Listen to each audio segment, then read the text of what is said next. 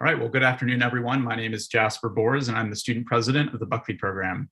Online with me is our social media director, Pat Panya-Gupta, who will be moderating this event alongside me. I'm very excited to welcome all of you to a public lecture with Professor Nicholas Christakis. Before I introduce him, I just want to say a few words about the Buckley program. The William F. Buckley Jr. program is an organization dedicated to promoting intellectual diversity and open political discussion at Yale. We host lectures, dinner seminars, firing line debates, and an annual conference.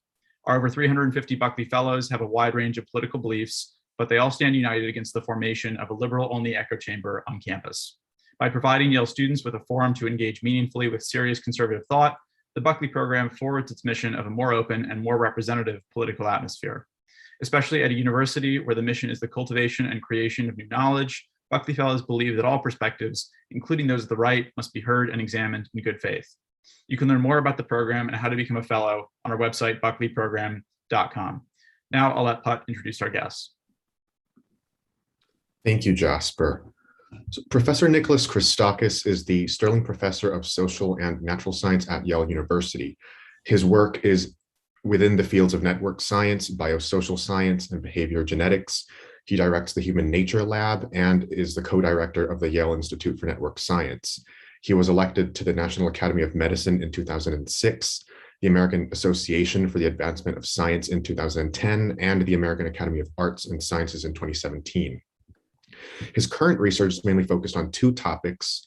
One, the social, mathematical, and biological rules governing how social networks form connection, and two, the social and biological implications of how they operate to influence thoughts, feelings, and behaviors, or contagion. His lab uses both observational and experimental methods to study these phenomena, exploiting techniques from sociology, computer science, biosocial science, demography, statistics, behavior genetics, evolutionary biology, epidemiology, and other fields. To the extent that diverse phenomena can spread within networks in intelligible ways, there are important policy implications since such spread can be exploited to improve the health or other desirable properties of groups, such as cooperation or innovation. Hence, current work in the lab involves conducting field experiments. Some work involves the use of large-scale online network experiments. Other work involves large-scale randomized controlled trials in the developing world where networks are painstakingly mapped. Finally, some work in the lab examines the biological determinants and consequences of social interactions and related phenomena, with a particular emphasis on the genetic origins and evolutionary implications of social networks. Regarding the format of today's event, Dr. Christakis will speak for a moment, for 20 or so minutes, and then Jasper and I will ask a few questions that we've prepared in advance.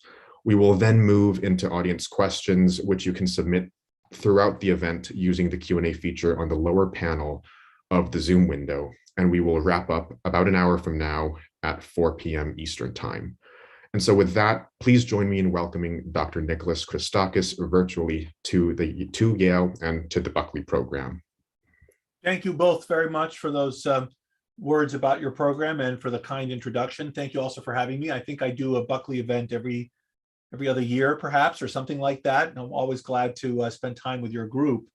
I'm going to just talk a little bit, just to put some ideas on the table about the pandemic. These thoughts are based largely on my book, Apollo Zero, The Profound and Enduring Impact of Coronavirus on the Way We Live, which just came out in paperback this month, actually, which is why this event is taking place right now instead of some other time. And then we can talk a little bit about any aspect of the pandemic you want, because something very unusual is happening to us as a species. All of us happen to be alive during a once-in-a-century event when a new pathogen has been introduced into our midst. This pathogen is having what is known in evolutionary biology as an ecological release.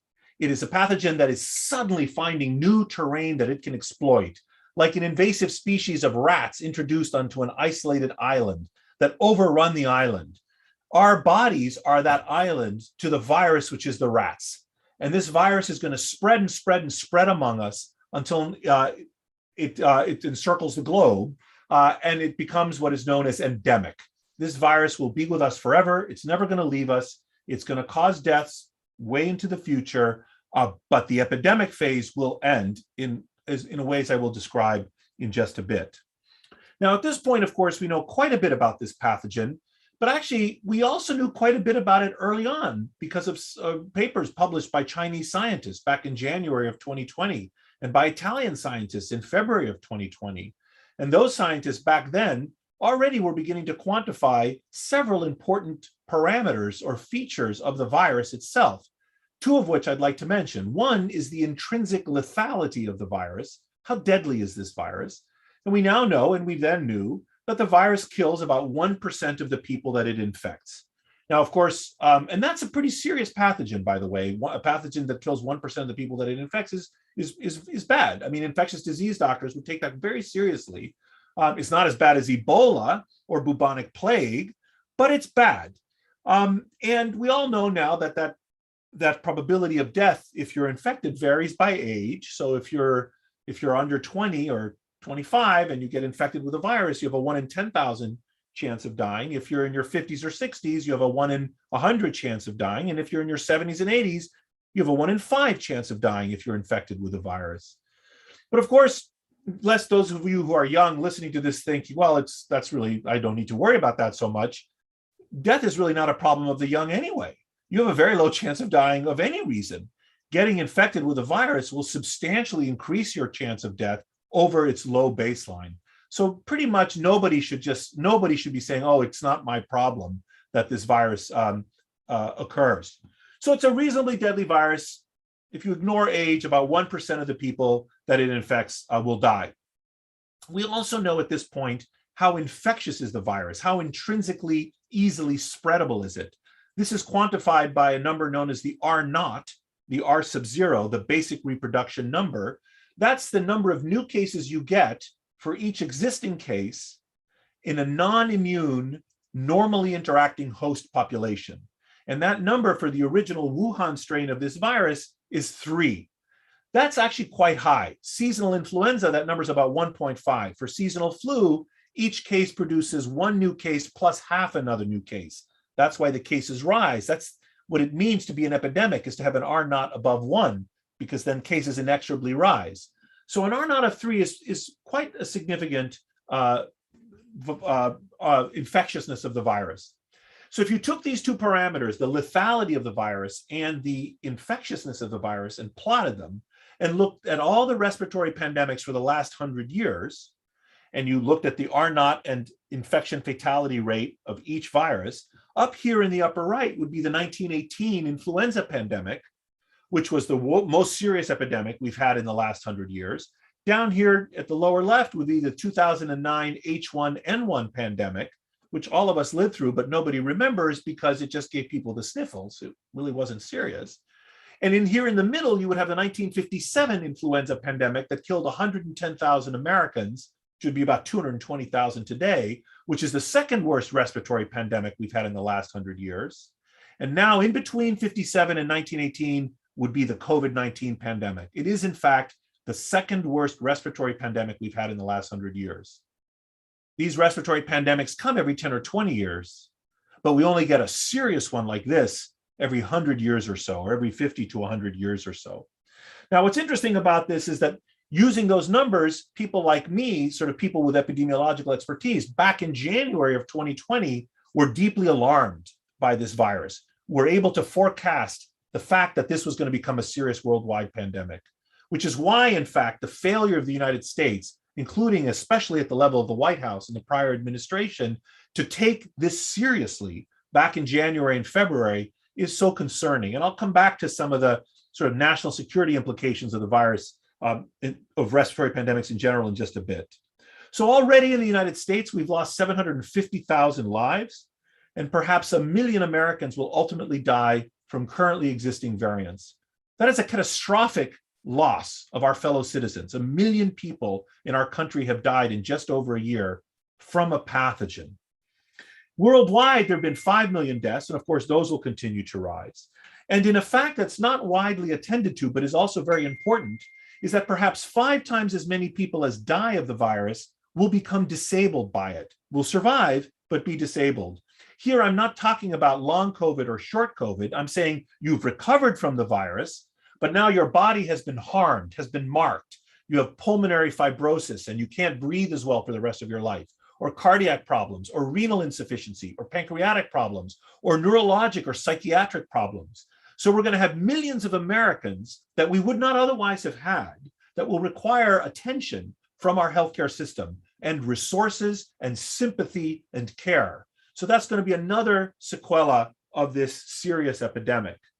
In my view, I would say that we are not at the beginning of the end of this pandemic, but thankfully we are approaching the end of the beginning.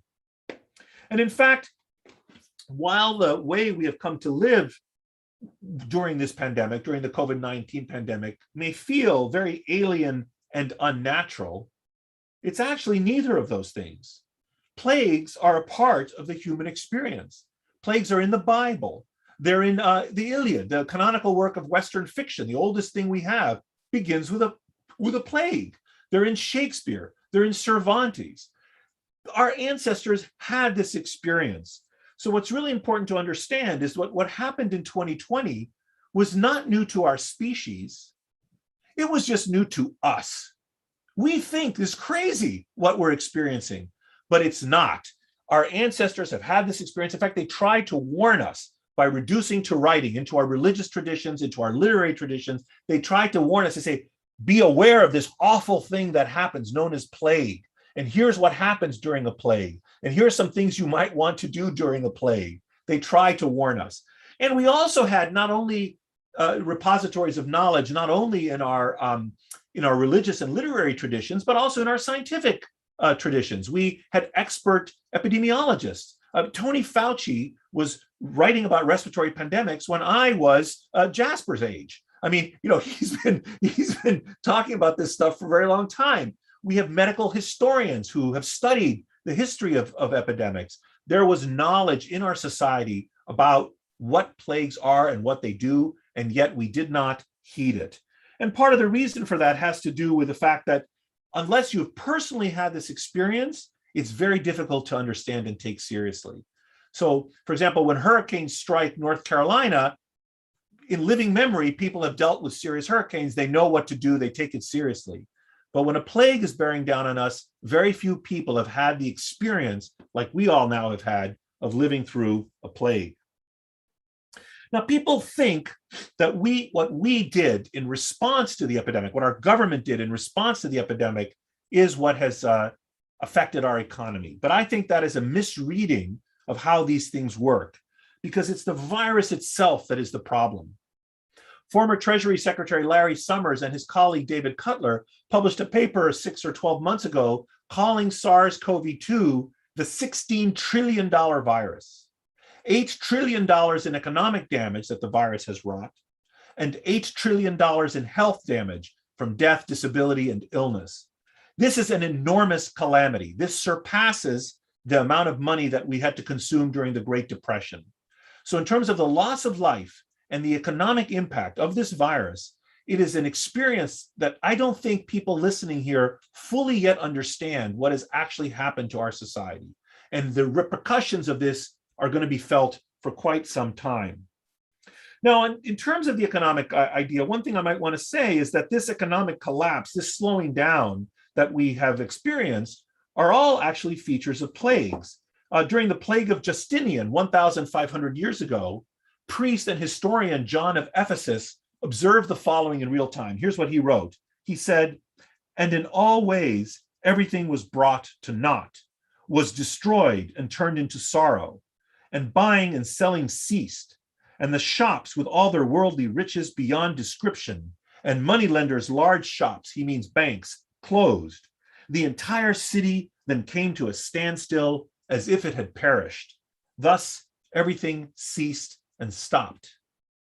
John of Ephesus is describing this slowing down of the economy at a time when there was no state ordering schools to close or ordering businesses to close or banning gatherings. This happened naturally. This is what happens during times of plague. People withdraw from social interactions, and economies require social interactions. So the primary driver of the economic difficulties we face is not what the government has done, but rather what the virus has done. In addition to being periods of economic challenge, plagues are also a time of loss more generally. We lose our lives, we lose our livelihoods, and we lose our way of life. And this is reflected in the grief-making capacity, the sadness that sets in on the population. Marcus Aurelius, writing about a plague afflicting Rome thousands of years ago, talks about how even worse than the virus, even worse than the disease, was the sense of depression afflicting the city. And we've seen that in the United States in the last year as well.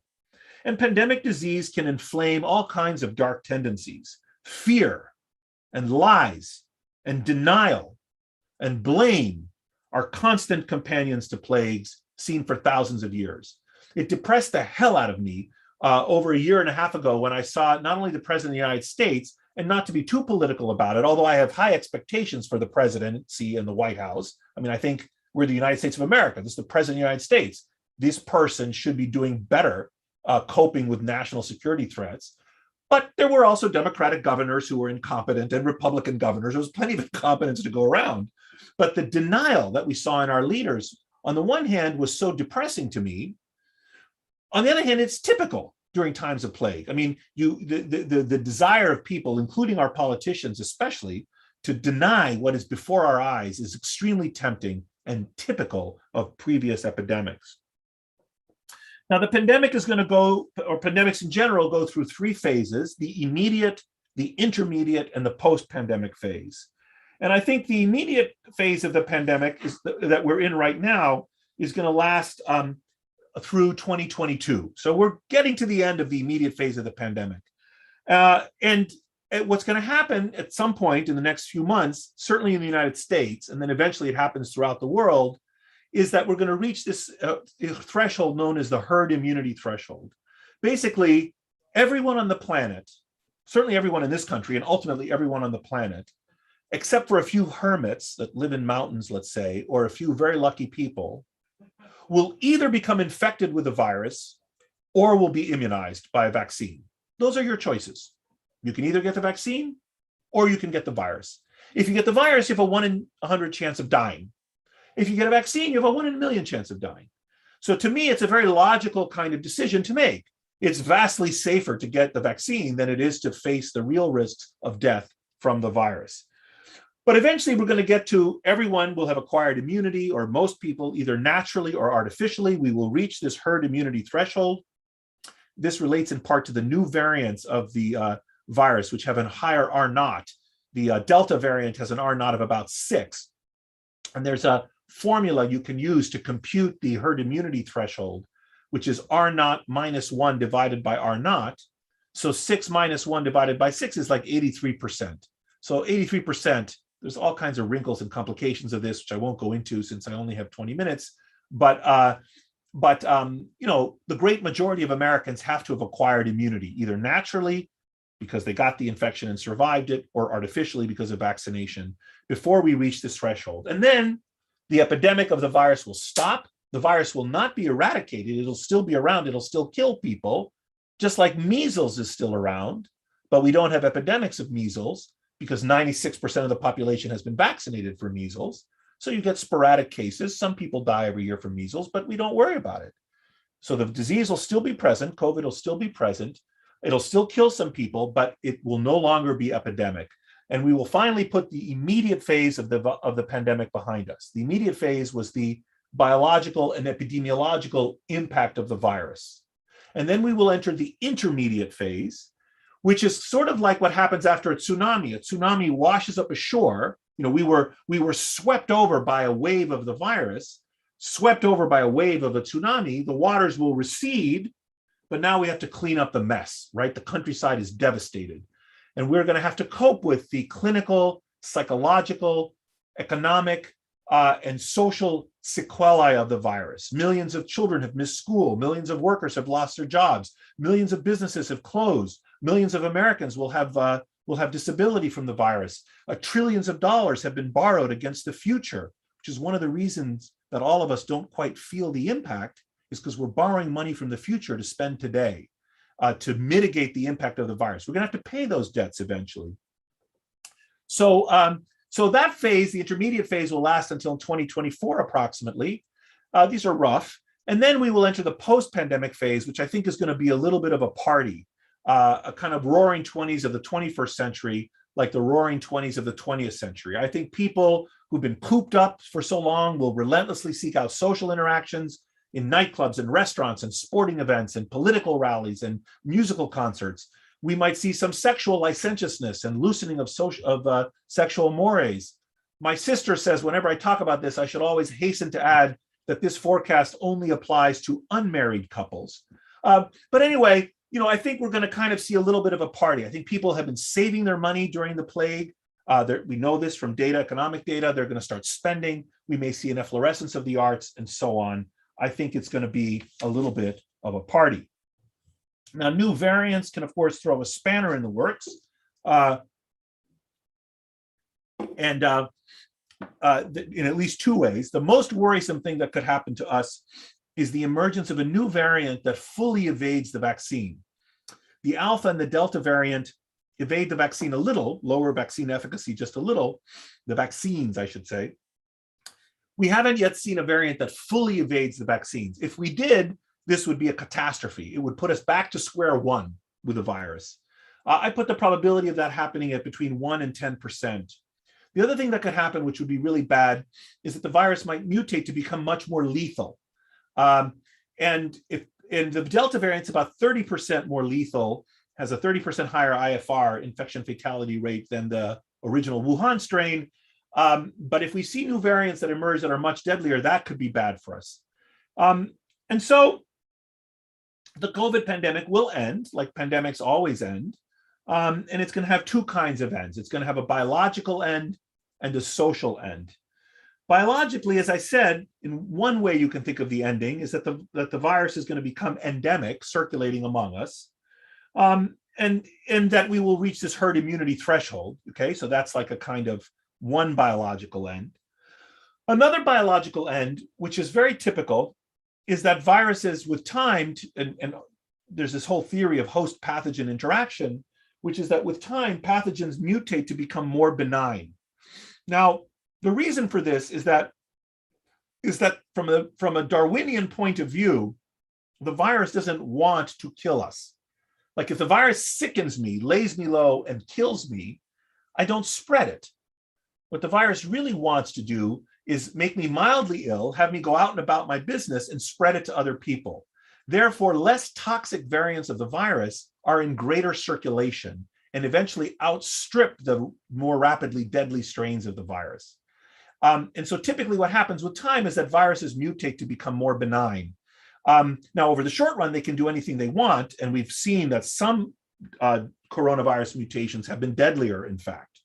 But I think the most likely end of this pandemic, biologically speaking, is that this disease will become a little bit like chickenpox or Epstein-Barr virus. Most of you probably know that before the vaccine was invented for chickenpox, it was a condition of childhood. You had it. It was irritating. You had all the lesions. It was itchy, but you didn't die. You survived, and then you had immunity for the rest of your life. But if you didn't get chickenpox as a child and you got it for the first time as an adult, it was deadly to adults, just like coronavirus. So benign in children, serious in adults. So what typically happens with a lot of these viruses is we are naturally exposed to them as children. We have non-fatal illnesses, acquire immunity, and then we don't have to worry about the disease for the rest of our lives. This would have been the likely outcome of coronavirus, and will be, even with the vaccines, the likely outcome of coronavirus. And over very long time frames, humans can evolve to cope with a virus. And there are examples of this. In other words, it's not the virus evolving, it's the humans evolving, but that's over thousands of years time frame. And there are examples of that we can discuss later if you want. But pandemics not only are biological phenomena, they're also social phenomena, and therefore can have a social end as well. And in this regard, plagues end when everyone believes they have ended, or when everyone is simply willing to tolerate more risk. In other words, they end either when we declare victory arbitrarily, or put our heads in the sand and pretend there's not a problem. And we've seen a political conversation about this right from the beginning in the United States, where some people said, well, there's nothing we can really do about it. Let's just pretend the virus isn't there. It'll sweep over us, and eventually we'll just get to the other side of it. Let's just declare it over right at the beginning. Or you could see when different political leaders were arguing about what should be done in terms of lockdowns and so on, why not just say, well, we're going to just tolerate more risk. We're just going to declare it over. And in that definitional sense, where we can define when an end occurs, is the social ending of the virus. And if you think about it, we have done this with a number of other public health threats in our society. Consider mass shootings. The number of Americans that are shot to death every year in our country far surpass the per capita rates in any other rich democracy. And yet we tolerate it, right? We just say the epidemic of gun deaths isn't a concern. We just define it away as not a problem. Or young adult suicide, or motor vehicle accidents, right? We tolerate the tens of thousands of Americans that die every year in motor vehicle accidents. We just accept that, right? We're not alarmed that tens of thousands of Americans are dying. Or the opioid epidemic. Vastly more Americans have died from the opioid epidemic than from coronavirus. And the loss of life is even higher because coronavirus tends to kill elderly people, whereas the opioid epidemic tends to kill younger people. And yet we tolerate that as well. Something like that is what I mean when I say a social end of the pandemic.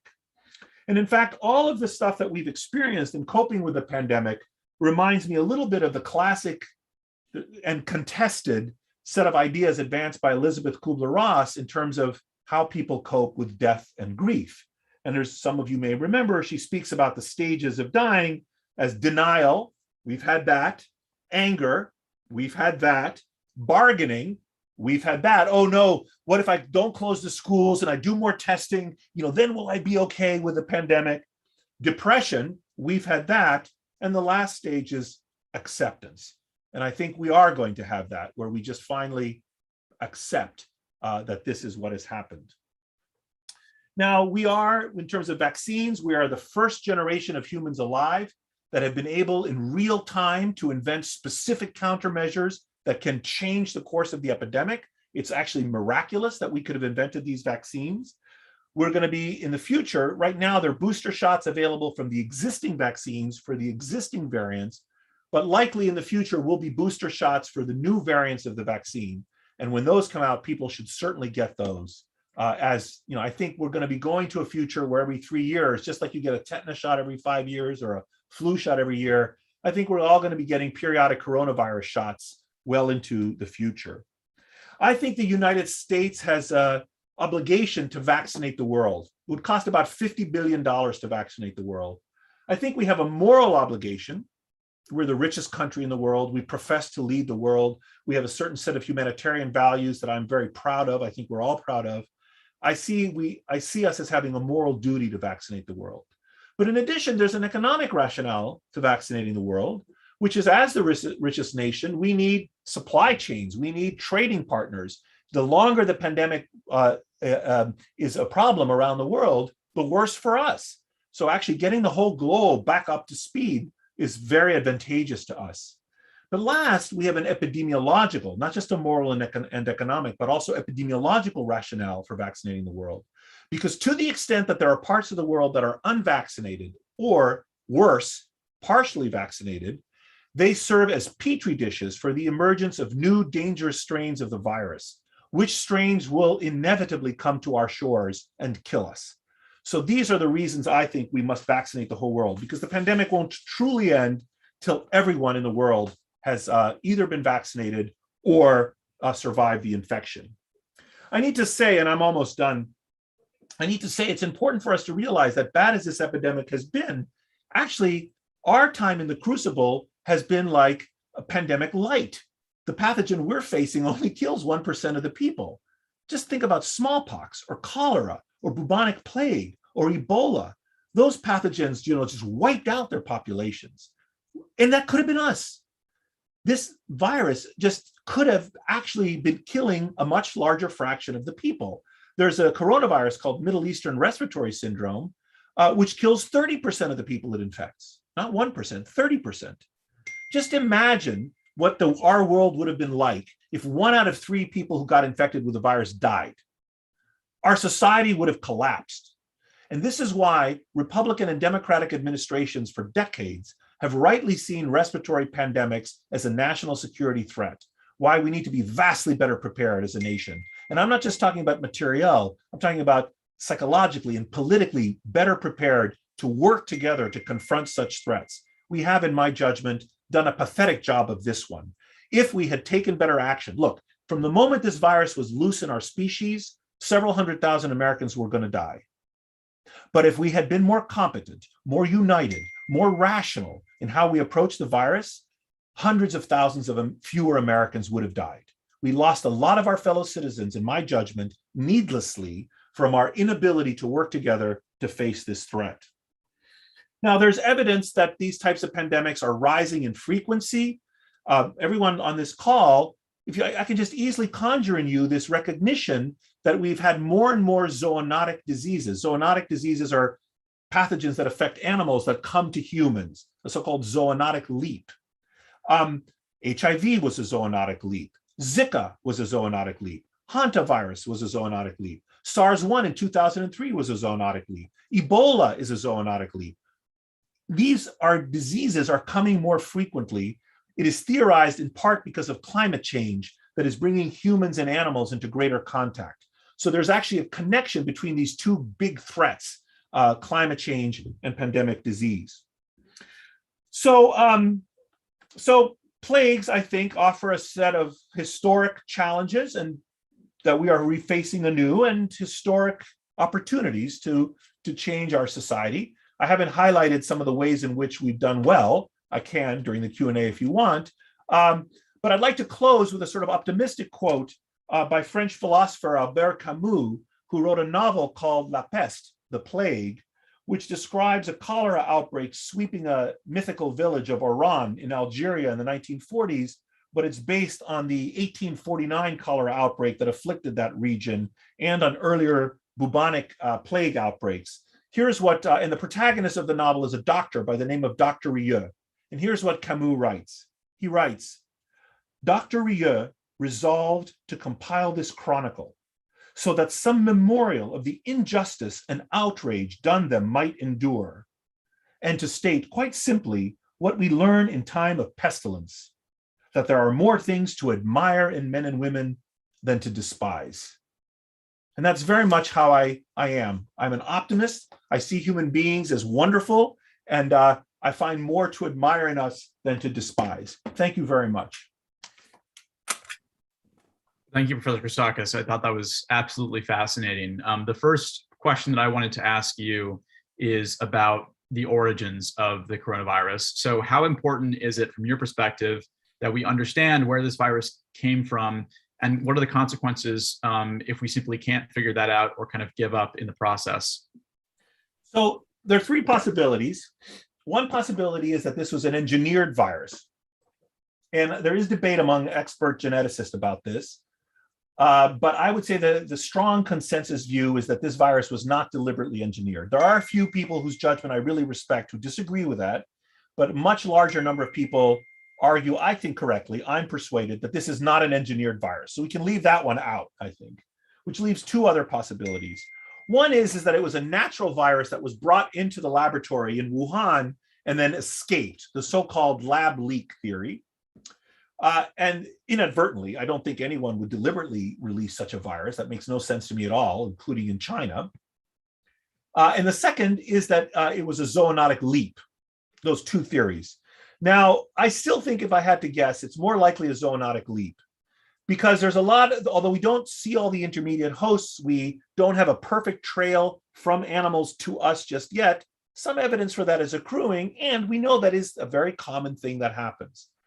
On the other hand, a lab leak is impossible or not easy to exclude, and the Chinese secrecy about this certainly isn't helping us any and raises suspicions.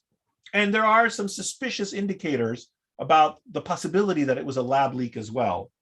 I am no fan of the CCP, although I admire the way the Chinese were able to use their tools.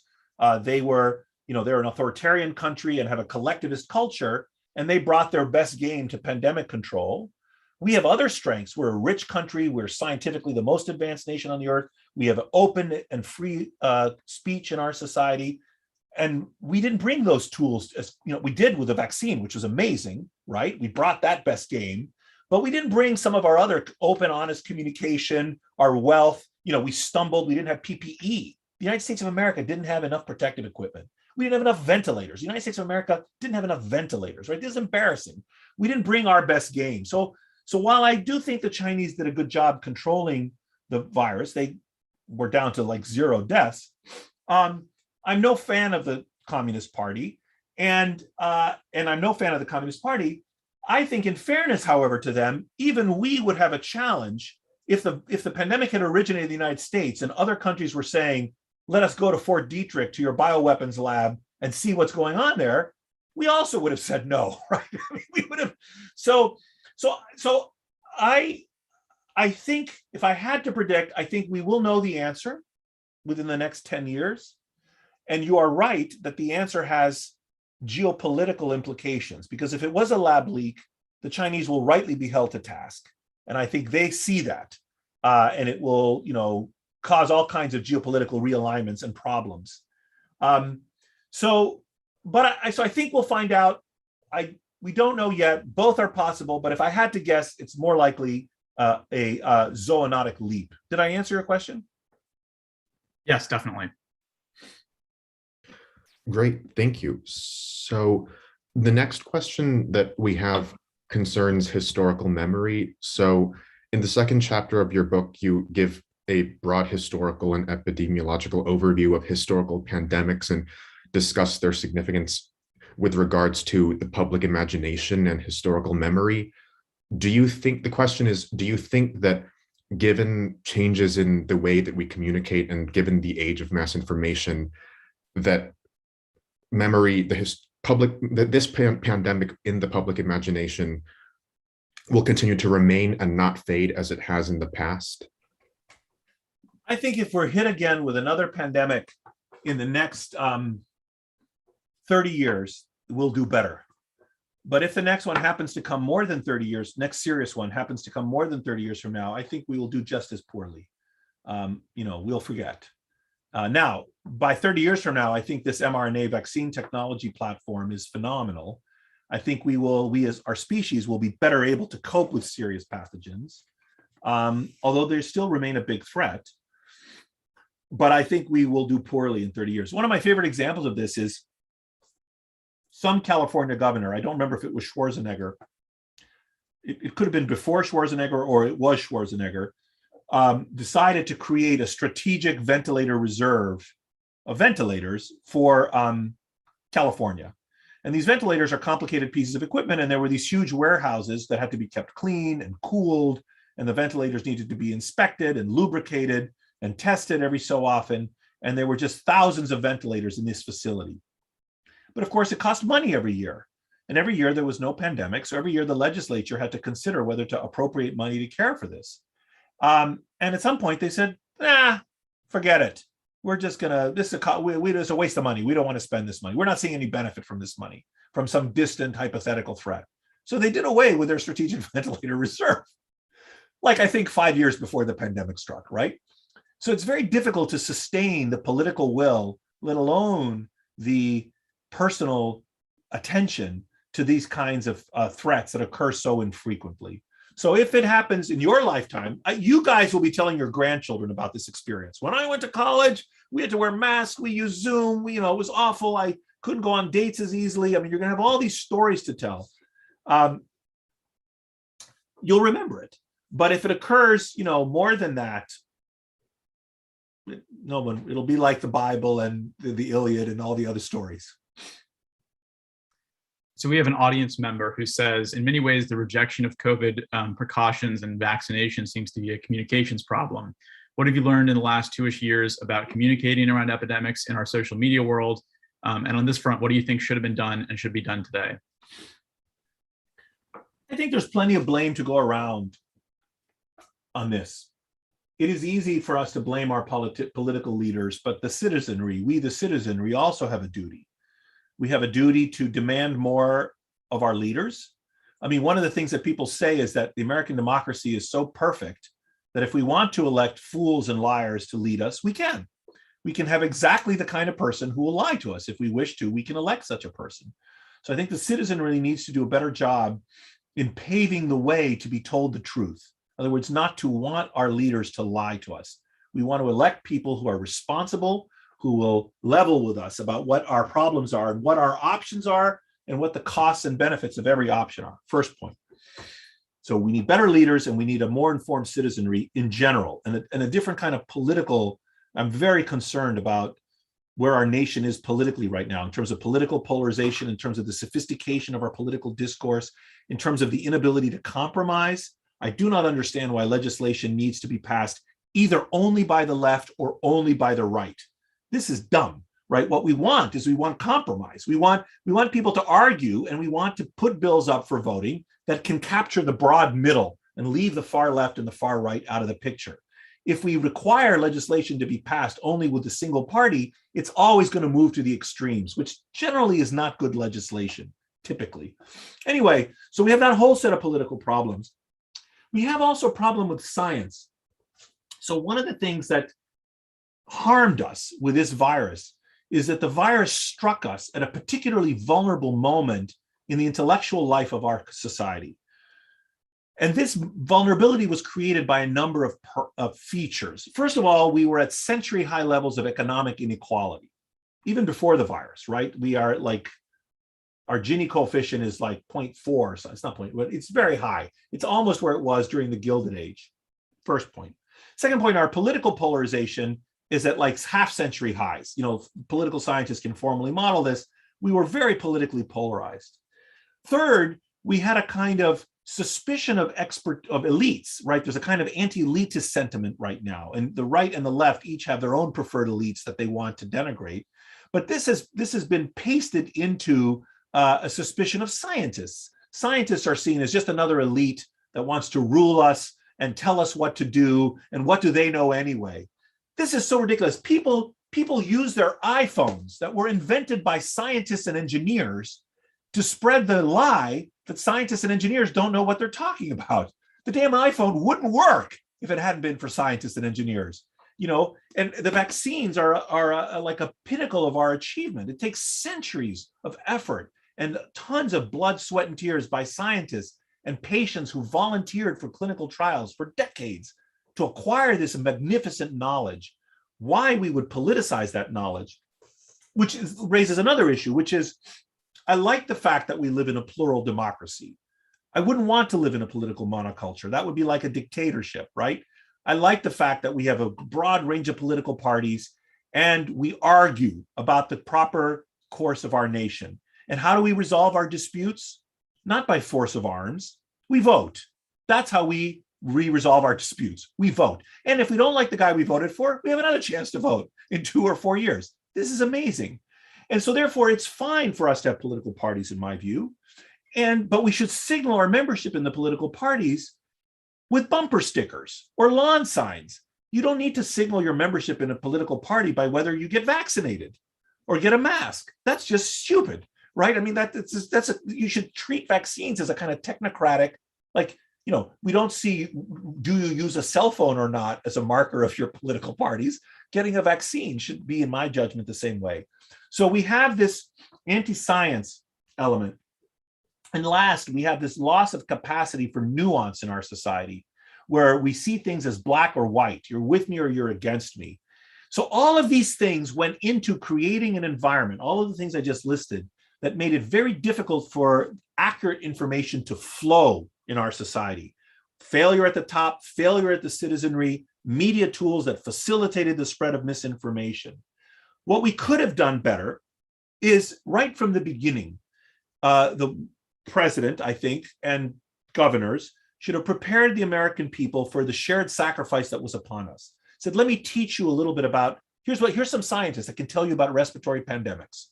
We know a lot in our society. We've been spending billions of dollars to build this healthcare system. Here's some human beings whose lives have been devoted to this topic. They can tell you a little bit about it. Here's what's going to happen to us. We're going to be called to sacrifice.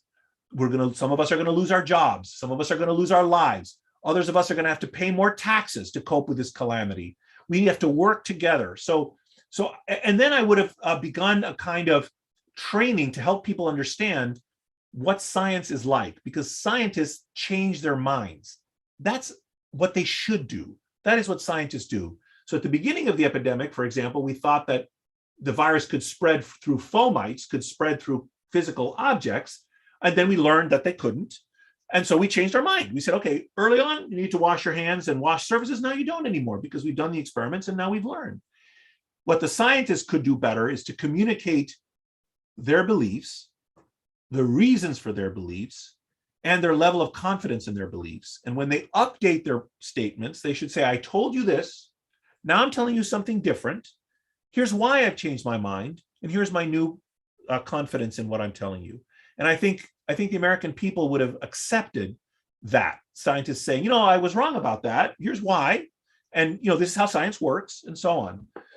So I've had a long answer to that question, but I think it has been a challenge, a misinformation, and I think there's plenty of blame to go around. Fantastic. So the next question concerns the virulence of the virus. So as you mentioned briefly during your talk, the lack of visible symptoms in many COVID-19 cases made it difficult to make a collective societal will formidable enough to mount an effective response. And you note in your book that the emphasis by public officials and scientists and otherwise of different attack rates and vulnerability rates in different groups, rather than underscoring the collective threat, may have played a role in this. And so how do we be realistic about these different attack rates and vulnerabilities while nonetheless emphasizing the need for a communal sacrifice? So there are two aspects to that question. One's a narrow virological question, which I'll answer first. And the second one has to do with variation by social stratification. The first question, this virus had another very fiendish property, which was that it had protean manifestations. It could cause everything from no symptoms to mild symptoms to serious symptoms to hospitalization to death, a huge range in severity. And it could affect many body systems, could affect your gastrointestinal tract, your neurologic system, your heart, your lungs, and so on. So the virus intrinsically was very protean in its manifestations. Now, the reason this has caused us problems is the following. Imagine two worlds. One world, there's 1,000 people, 10 of them get seriously ill, and 1 dies. So 10% of the infected people die. Now imagine another world of 1,000 people. Again, 10 get seriously ill and 1 dies. But in addition, 90 get mild illness. It's a protean virus, can also cause a big range. So 1 out of 100 people die in world B. In which of those two worlds would you rather be? Which is a better world? Is world A, where 10% of the infected people die, a better world? Or world B, where 1% of the infected people die, is better? And I'll leave the listeners, I can't see your faces. If I was in a classroom, I would have you raise your hands to indicate which world it is. But any one of you thinking that world B is a better world because only 1% of the people die is wrong. A is a better world. B is worse. B is a higher disutility world, because not only do you have 10 people who die, 10 people who get seriously ill like in world A, and 1 who dies like in world A, but also you have 90 who get a mild illness. There's more woe in world B in toto than in world A. And that is what coronavirus did to us. And it deluded us, therefore, into thinking that it wasn't so serious, because people could say, oh, many people just got the sniffles, I don't need to worry about it. Ironically, if it had a narrower range and had infected fewer people but killed the same number, we would have taken it more seriously, I think, and been more effective. So that's part of my answer. The second part on attack rates, the virus is like any other predator. It attacks groups among us who are more marginalized or weak: the elderly, the sick, the imprisoned, the chronically ill, ethno-racial minorities that are with different living arrangements, or poverty, for example, the poor. So this is a very typical thing of infections. Infections exploit inequality unless they kill such a large fraction, like bubonic plague just killed everybody, so it didn't matter who you were. So you're right that this virus has had differential attack rates so far and differential mortality. But in the end, as I said, everyone will be either infected or vaccinated. And persistence going forward, differences in fatalities will relate more to the uptake of vaccines. And right now we're seeing lower vaccine uptake in evangelical Christians and Republicans in blue states, which is going to kill more of them. I mean, that's just inescapable. More of those people are going to die. So there's actually an audience question about vaccine uptake, particularly. So how do you explain, these differential rates of vaccine hesitancy amongst different demographic groups or political groups? And also, how should these differences be addressed by, as you kind of say, organic social networks or government action? I mean, it breaks my heart that our fellow citizens die needlessly. I don't care what political party you are, what religion you are, what color you are. It's just needless death. And I don't know what to do about it. I think the vaccine has been horribly politicized, principally by the right, I think it's fair to say. And what's really weird is that prior to this epidemic, vaccine hesitancy was a far left phenomenon, right? It was the people on the far left that, we had a small minority groups, often weirdly, very rich sort of left-wing people who weren't vaccinating their children. So, but now we have on the far right, we have a larger group that are vaccine hesitant. And in fact, I'm seeing early stages of a broader anti-vax movement, given how this vaccine in particular, COVID, has been politicized. So people say, why are you so against the COVID vaccine? You've happily accepted government mandates for vaccination for childhood immunization for decades. You couldn't enroll your kid in school if they didn't have their vaccines. You couldn't get an employment. And for example, I've had to be vaccinated for, so I'm a doctor. I've had to be vaccinated in order to be a doctor. Every year I have to certify that I have hepatitis vaccines and flu vaccines and a tuberculosis test that's just required. We're never complained. So why all of a sudden, and actually what's really frightening me is instead of that argument persuading people that we should also require COVID vaccination, it's causing them to rethink whether we should require any vaccination, which is insane. And so I'm very concerned about the politicization of vaccination. And I think this has been driven primarily by right-wing demagogues. I think Fox News has been responsible for killing many Americans by whipping them into a frenzy, and hypocritically, because all the Fox News, they require vaccination to work at Fox News. So all the anchors have been vaccinated, all their employees have been vaccinated, but they cultivate this anti-vax sentiment among people who, their constituencies, which breaks my heart. Those Americans don't need to die. The vaccines are eminently safe, and we can meet them. Incidentally, it doesn't help to hector or mock people who aren't getting vaccination. I think it's very important to hear them out. What are your concerns? Why do you not want to get vaccinated? And some people will give you completely nuts concerns, like, oh, there's like a little magnetic microchip in the vaccine that the government is going to track me. Several million Americans believe this. That's clearly wrong. I mean, it's absurd. And you may or may not be able to persuade such people. Others will have what I would consider to be somewhat more legitimate concerns. They say, I'm really worried that this vaccine was developed very hastily. Or they'll say, I'm very worried that this vaccine is a novel technology, right? And those people need to be met where they're at. You need to patiently help them and try to work through their anxiety with them. It doesn't help to say, oh, you're a fool, just do what I'm saying. So I think we need to make it's still more of an effort. And I also think it's a civic duty to be vaccinated. Like, this is another thing I don't understand. The sooner we get more Americans vaccinated, the more rapidly we can return to our normal way of life, with normal schools and normal business interactions, normal air travel, and so on.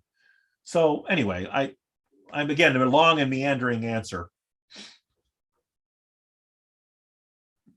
Thank you. So the next question so at the end of your speech just now, you alluded to the obligation on the part of the United States to vaccinate the rest of the world.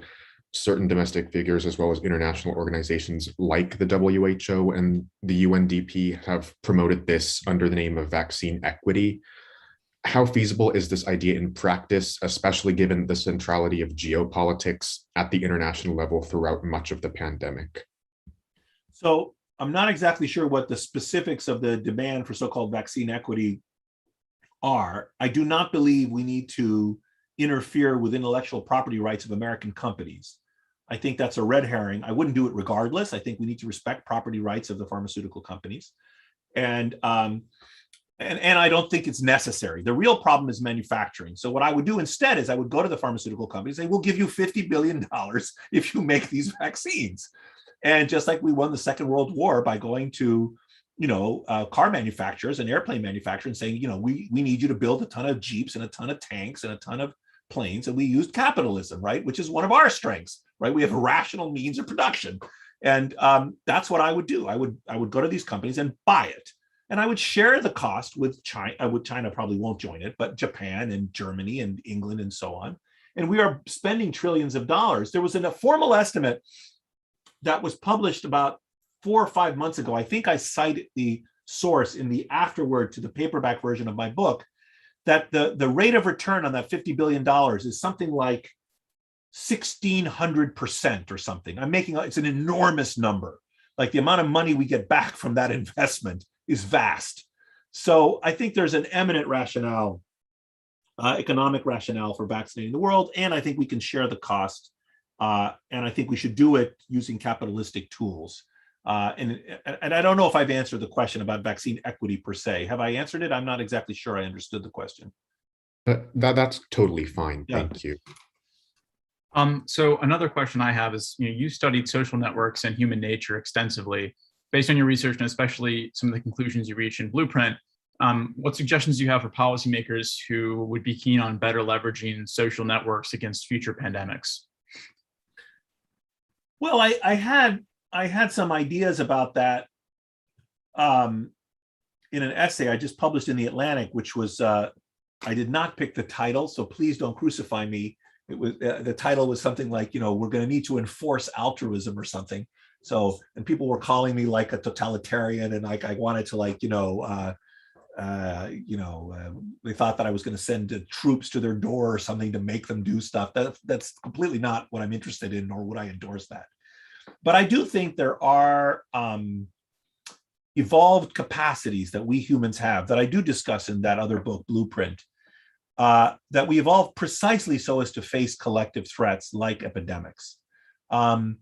If you think about it, there's certain kind of threats that threaten you as an individual and others that are collective threats, like pollution.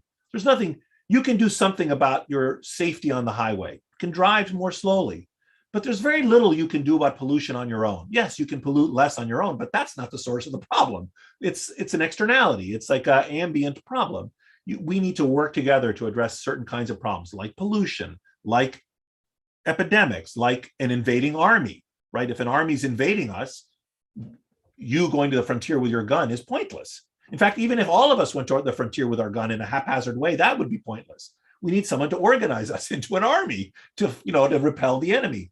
So there's certain kinds of threats that are collective, and we humans have evolved certain tools to make it easier for us to work together. These include the capacities for cooperation. It incidentally includes some hierarchy. We have not evolved to be a fully egalitarian primate, nor are we a primate that really likes too much hierarchy. And if you just think about your own psychology, right? You don't expect nor want everyone to be the same or be treated the same. I mean, want them to be treated equally, but you don't necessarily expect them to have the equal outcomes. But you also don't want like some guy that's like managing your life all the time, right? Telling you what to do. So I argue and show in the book in Blueprint that we have evolved to like mild hierarchy. And one of the reasons we like mild hierarchy is that having some leadership and structure to our interactions facilitates our ability to cope with collective threats. It's actually life enhancing to live in a society with mild hierarchy as compared to either of the other extremes, fully egalitarian or overly hierarchical. Well, I think we're going to have to leave it there. We've run out of time today, but Dr. Christakis, it was obviously a privilege to get to talk to you. I think I speak for all of our audience members when I say that. And thank you for being so generous with your time today. Thank you so much for having me, and I look forward to seeing you guys around campus, and anyone else listening is welcome to contact me if they wish.